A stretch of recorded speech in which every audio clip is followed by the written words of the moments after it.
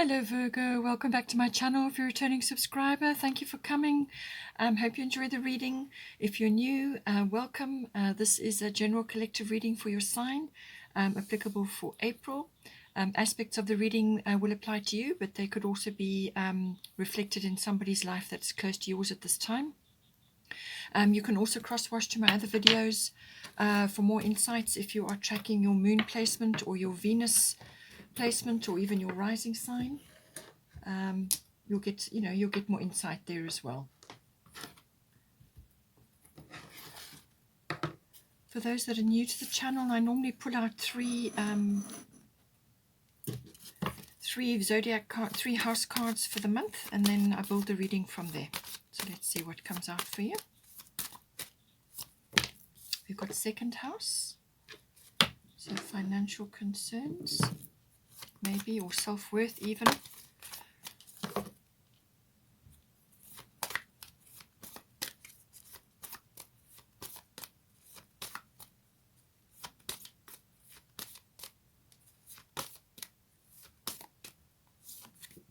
We've got 11th house,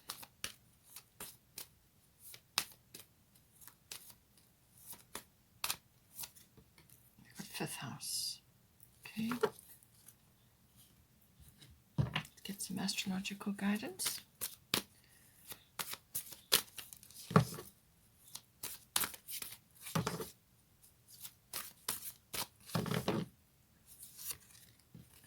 Venus, so a little windfall coming, it looks like.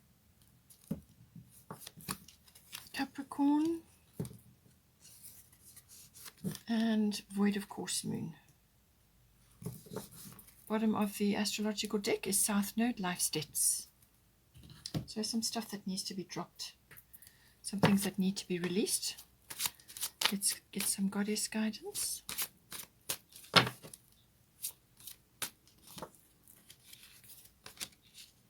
Mary Magdalene.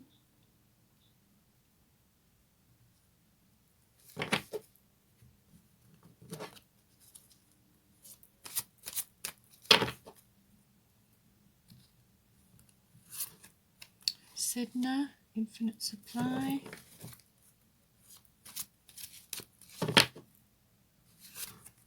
We've got Sarasvati.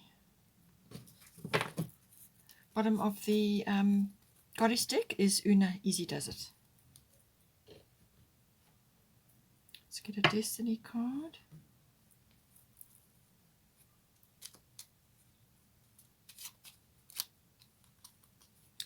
Reflection. Okay.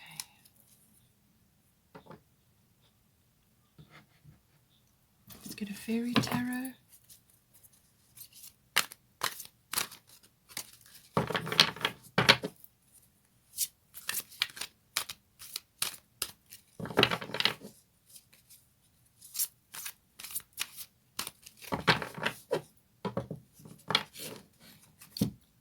Seven of Autumn.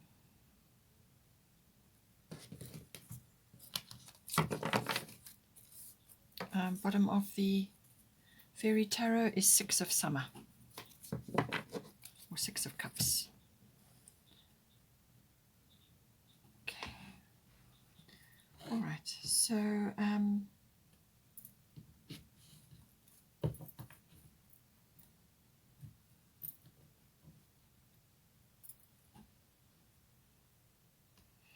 okay, I think let's start here. We've got South Node, life's debts. So this is some aspect of your life is kind of falling away from you now, or is sort of leaving your life, or just you outgrowing it and moving forward. And if you are lingering in a situation which needs to be released, then you're going to start to be feeling really, really uncomfortable. And that is a sign then to push you out of that. If you still insist on lingering, then South Node will step in, and usually this indicates like a big door slamming shut or something ending in order to push you forward. So this really can be quite an important sort of epiphany or a turning point, but it can be quite abrupt and quite sudden, or just, whatever it is or whoever it is kind of just you don't resonate with them anymore, so you kind of part company. Or it could be memories, it could be situations from your past that did feature up until a point, and now they don't anymore. But this is about releasing. South Node is always about releasing baggage, releasing old beliefs, attitudes, and the way you looked at things. And in some cases, it can be people. Usually people are involved, but this is about releasing the past so that you can move forward. You kind of free yourself up from past situations. And in some cases, it can be a little bit painful, or can be a little bit, as I said, make you very uncomfortable, or you just feel like you need to grow. But there's things that need resolving and ending, or some kind of closure. So that can all come in with the South Node. It really depends on where you are at in your development and your consciousness level. So some things are purely internal that need to be released, and this can be attitudes or belief systems about yourself or about others, or about sort of past experiences where your energy has been going round and round in that past experience for a long time, and it now needs to be released and pulled back so that you can take yourself forward into the future. But it can also be external, as I said, where you are literally letting go of things around you, or where you are currently, or just whatever it may be, certain situations that you need to release. It's basically letting go of baggage, things that are heavy, things that are weighing you down. And it can also be inhibitive behavior. And in some cases, it may even be a relocation or a change of situation. It depends, but it's letting go of the past, releasing things that no longer serve you anymore. Now we've got here Six of Summer. This is the bottom of the Fairy Tarot. So children or childhood, the return of people or romances from your past, remembering events differently, in a better or worse light than how they really occurred. So this is where the reflection comes in. So I do feel that you are needing to do this in some way, shape or form. You're being asked to release a lot of things, whether this is physical things or emotional circumstances or attitudes, mindsets, things like that, or whether it can be actually people or experiences that you now have outgrown. So this can be issues from your childhood, or just things from your childhood. It could be places you've lived, or circumstances, and it could even be, as I say, certain people popping back. And as I said, with the South Node, sometimes they can come back because there's closure required, or what it does is sometimes it gives you a glimpse. You look at that situation or that person again, and you realize that you've changed or you've moved on, and you're seeing them differently now. And as it says, in a worse or better light, whichever you can apply it as it needs to be. But it's always about emotions, and it's kind of memories and nostalgia and sentimentality, and all of those things may come in. And you just sometimes have to take a different look. Or things may have appeared more rosy and dreamy, or you may have been under some kind of illusion. All of these things can come in. So it's kind of just seeing something or a situation for what it really was in your life, or just seeing it with some clarity, and therefore you get closure. So it could be a personal situation, something popping back, or some kind of memory, or some sort of situation which repeats, which reminds you of something, and then it really is an opportunity to let it go and release it so that you can move forward.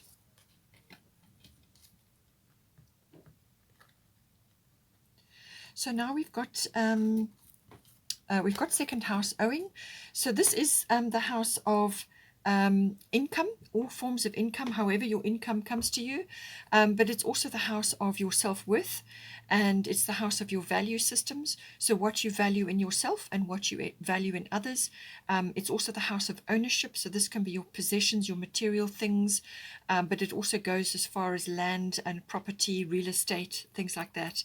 And it could even be a profession for you. It's also the looking at your talents, your abilities, your skills. All of these may be coming up. Whatever is inherent in you, any one of those areas may be featuring with the second house. So now we've got Venus love here.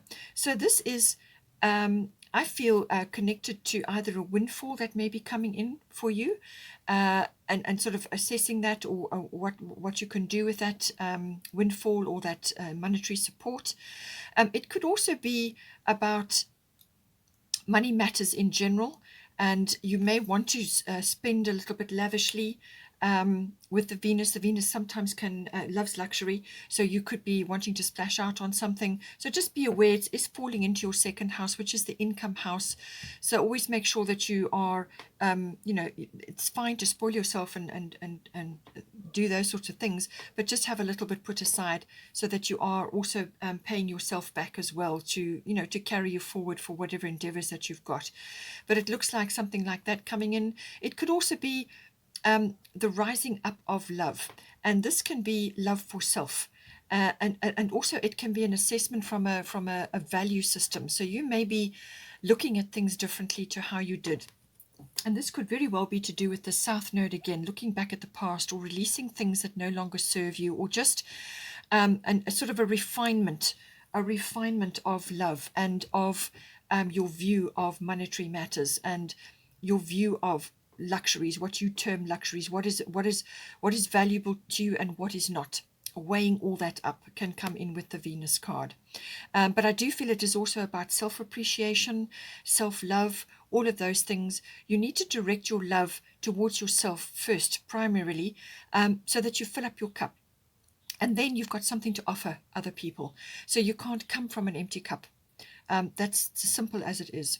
So everything to do with that, it's understanding love, the different concepts of love, but it also may be fostering a greater appreciation of your income, or a greater appreciation of your self-worth, or of your value systems. You're now doing some sort of refinement with regards to that.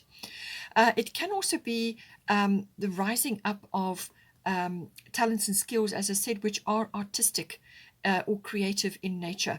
Now with Venus, she does cover that as well. So this is also the appreciation of the arts.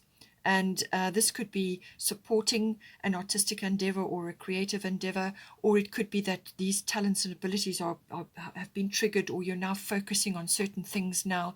Perhaps you are refining your artistic or your creative abilities. And it's the appreciation of that.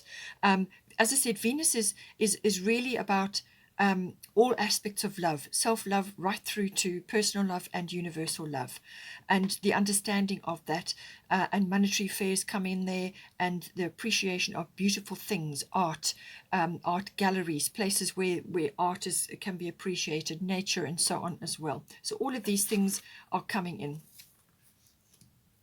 We've also got Mary Magdalene, unconditional love. Love yourself, others, and every situation, no matter what the outward appearances may be. So this could be a very strong lesson in self-love coming up for you, where you are actually now having to really let go of past attitudes, beliefs, and inherent behavior or programming that you have inherited from others, from your family, or once you've had an experience in your life, your energy tends to get trapped in that experience if it was difficult for you. You actually need to release, after any difficult circumstance, you really need to do a lot of inner work to release yourself from that. And if you haven't done that, then it tends to kind of stay in your shadow, in your unconscious, until it is released. So I feel there's a lot of to do with that unconditional love of self, and also then you can spread it outwards as well, because the second house can be quite materialistic as well. So you may be seeing aspects of that in other people, or you may be looking at your material goods differently now. You may also be just applying this lovely mindset or heart set to a lot of things that are going on in your second house. And this can be coming back into that unconditional love for self and for others and for any situation, and always coming back to that, coming back to unconditional love, coming back to unconditional love. That makes you much more compassionate. It makes you much more able to make decisions and to see things in a different light and without judgment. And that's judgment for self and possibly for others as well. So all of these aspects may be coming in for you, but it's basically saying that, come back to this for yourself and for your life and how you have lived your life up until this point, and everything that is unfolding for you in the second house. Be more compassionate with yourself and self-appreciation, refinement, and understanding. We've also got here 11th house. So this is the house of friendships. It's also the house of all kinds of group activities.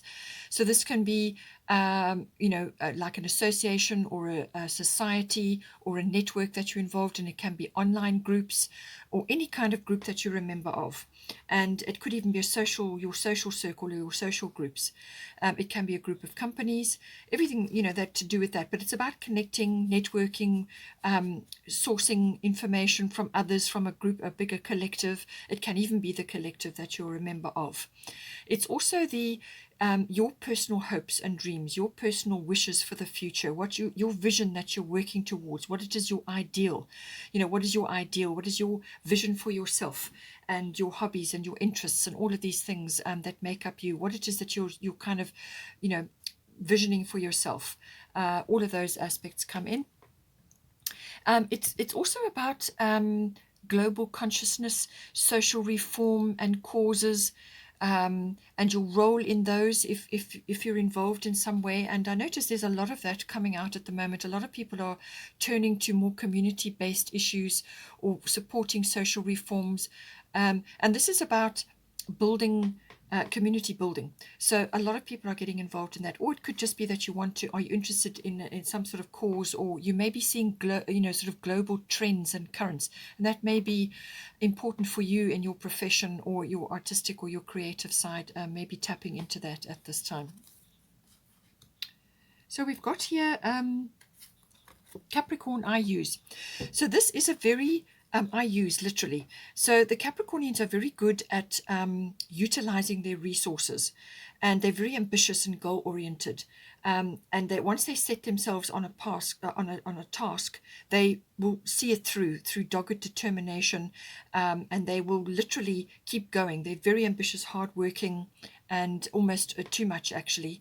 So with the Capricorn, it's saying to you, bring this energy into your 11th house. You may be needing to network or use your contacts, or sort of harness, more from that side, groups that you're members of, societies, associations, whatever it is. You may be needing to utilize that more at this time to assist you in some way. Or it could be that you're needing to bring in the Capricorn qualities, which is goal setting, ambitious, and very, very focused on what they're doing, and businesslike as well, be businesslike. It can also be that you may be meeting people who are important.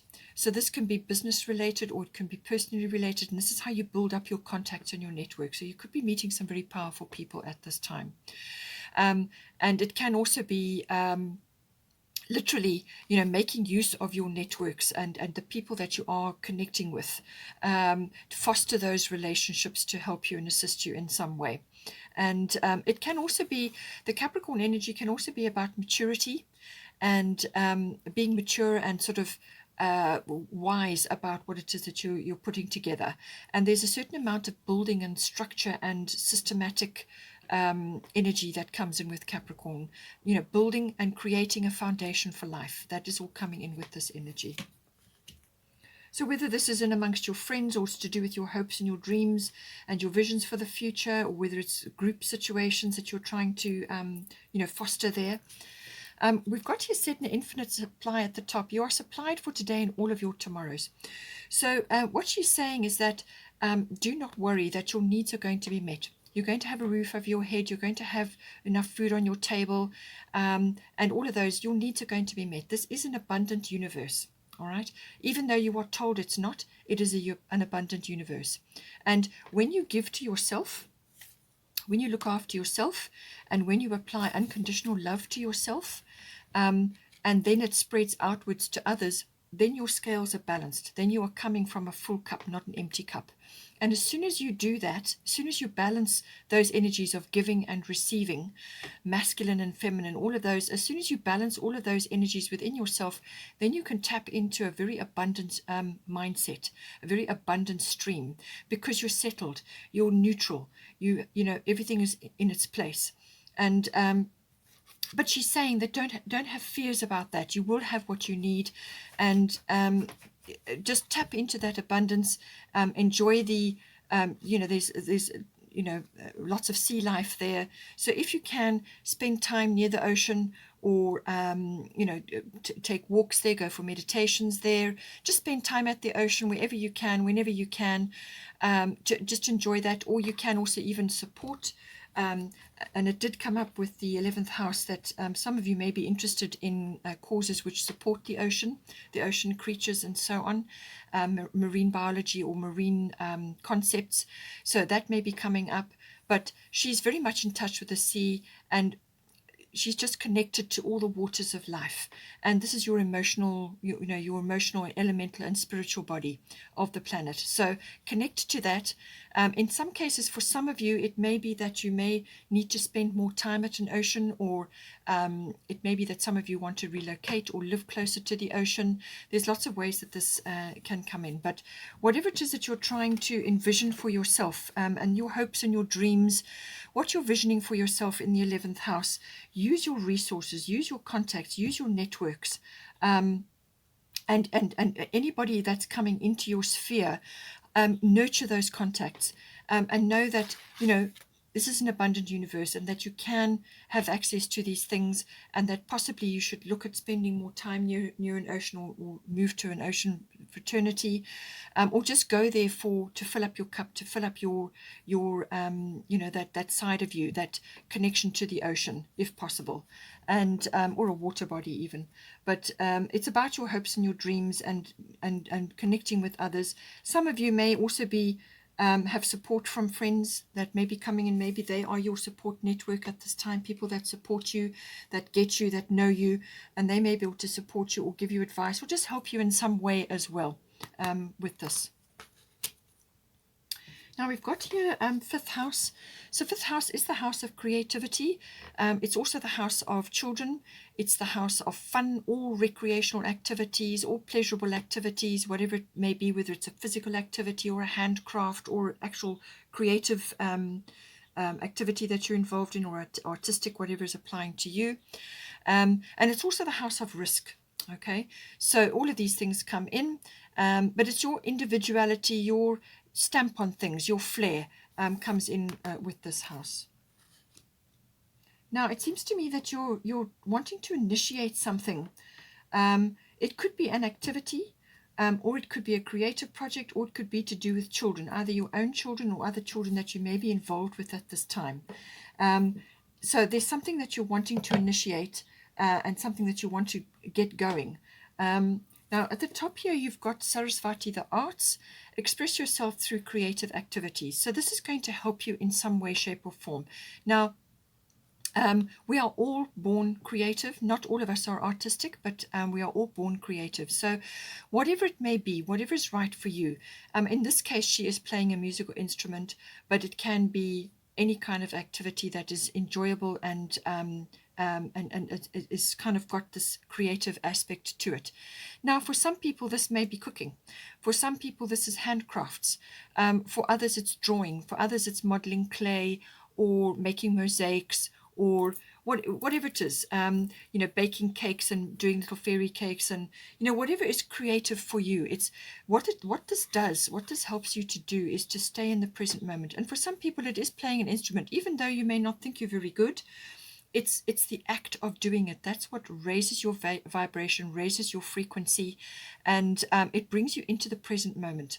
And when you do that, you free yourself up from gunning for a particular thing in your life. So it could be something that you're trying to initiate and you're being frustrated with it, or it could be something you're trying to launch, or something that you're trying to initiate. It could even be relating to children. If you have children, they may be wanting to do this, and you're trying to assist them, or you're trying to guide them in some way.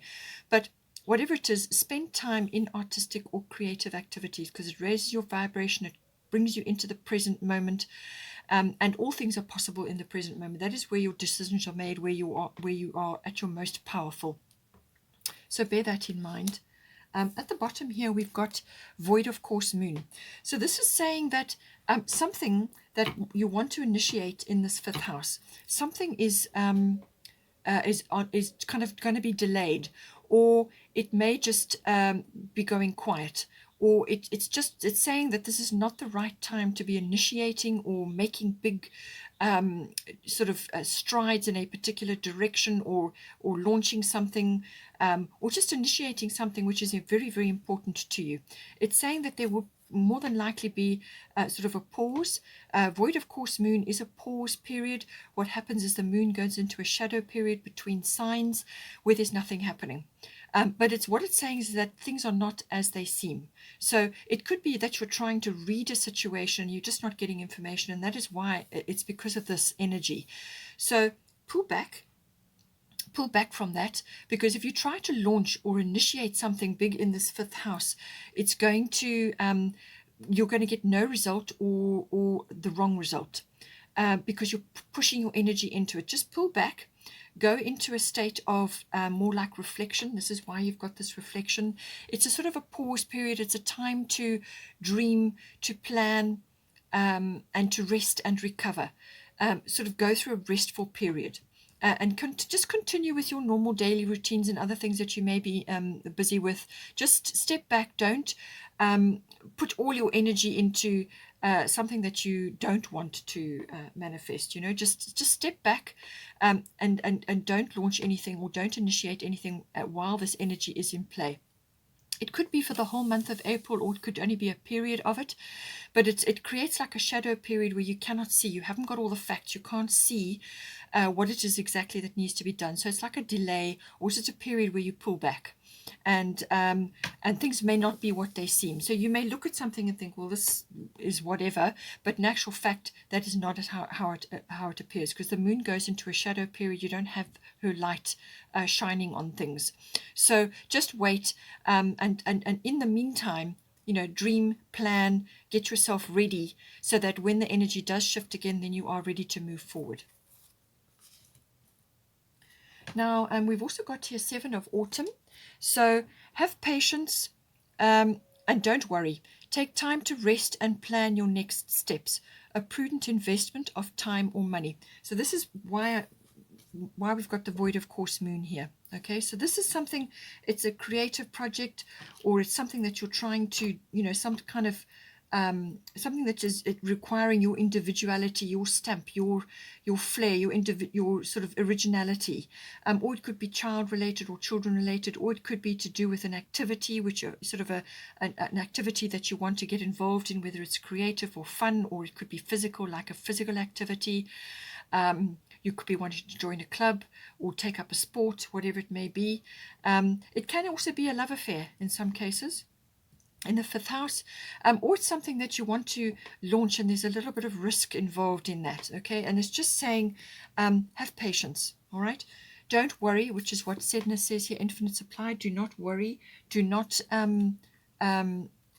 just rest in this, that you have infinite supply, that this is an abundant universe, and that you will have what you need. All right, so take a step back, take time to rest and plan your next steps. So this is about dreaming and planning, and a prudent investment of your time or money. So this is about pulling back your energy, and getting ready for when it is that the tide turns, and now you can really go forward with something that you've been planning. And it could also be that you're wanting to initiate something. With the 2nd house, you could be getting a windfall, or you could be wanting to even purchase something or move forward on something. It could have been a creative project or an artistic project or something like that. But it's saying a prudent investment of time or money. So this requires thought. This requires prudent action, which is normally discerning. Be very discerning. And being a Virgo, you will be anyway. So be discerning about what you're doing. Things are not what they seem right now. Okay, so you haven't got all the facts. So wait until you've got more information before you make a move. So take this time just to dream a little, gather information, rest, take your time. and just wait for things to unfold. Once the energy shifts, then you can move forward. Now, this has also been echoed here again by Una. Easy does it. There is no need to hurry or force things to happen. Everything is occurring in perfect timing. All right. So it's all being echoed. The same thing. Just perhaps do activities which are creative in nature or artistic in nature, or just something where it could be even musical instruments, or just spending time in, looking at things which are artistic and beautiful for you, whatever you enjoy, whether it's visiting an art gallery or doodling, whatever it is that's right for you. Just take time out and focus on that, and that will bring you into the present moment. And this is, as I said, the most powerful moment is in the present. That is where you can make decisions, where you have the most power. And she's saying there's no need to hurry or force things to happen. So don't try and push up the river or push things in a direction, because you've got void of course moon here. Okay, so just wait for the tide to turn. But it's saying that everything is occurring in perfect timing. There's no need to be pushing the river. All right. Anything that you want to do, anything that is important to you, that is your pet cause or your beliefs, or something that's very important to you, something that's close to your heart, requires nurturing. Now, this can be a relationship, it can be a cause, it can be a profession, it can be a project you're working on, whatever it may be. It could be your children. And it's saying that all of these things require nurturing. And this is why you have the unconditional love here, and also why you've got Venus. So have love for yourself and have love for your immediates, and just have faith that things are going to work out. If you have been working on something and you want to launch something, you may just have to be continuing as is for now, and on a sort of and then launch whatever it is that you want to do, or be working on whatever it is you want to do on a part-time basis until you can go full-time. So it's just something you do on the side until it gains momentum, and then you can move forward. So just take your time. Easy does it. That is the main part of this energy. So just know that divine timing is at play here, and all you're asked to do is get prepared, get ready, do a lot of releasing. You've got a lot of releasing to do here, whether this is physical things, emotional things, whatever it is that's sitting in your unconscious that is holding you back or is heavy. It's getting rid of baggage. So take this time, this sort of delay or this pause period or the slower period, to do that work, to do that inner work, do the releasing, do the thinking and the planning, contact your people, start networking, but do it in a very subtle way, and just wait for the energies to shift with this in the 5th house. With the others, you may find that certain things are occurring, and you can start moving forward, but planning is everything, I feel, at this time. And just know that there's divine timing and there's no need to hurry or force. Okay, Virgo, hope you enjoyed that. Please don't forget to like and share, or like and subscribe, and take care. Have a wonderful month, and I will see you next time.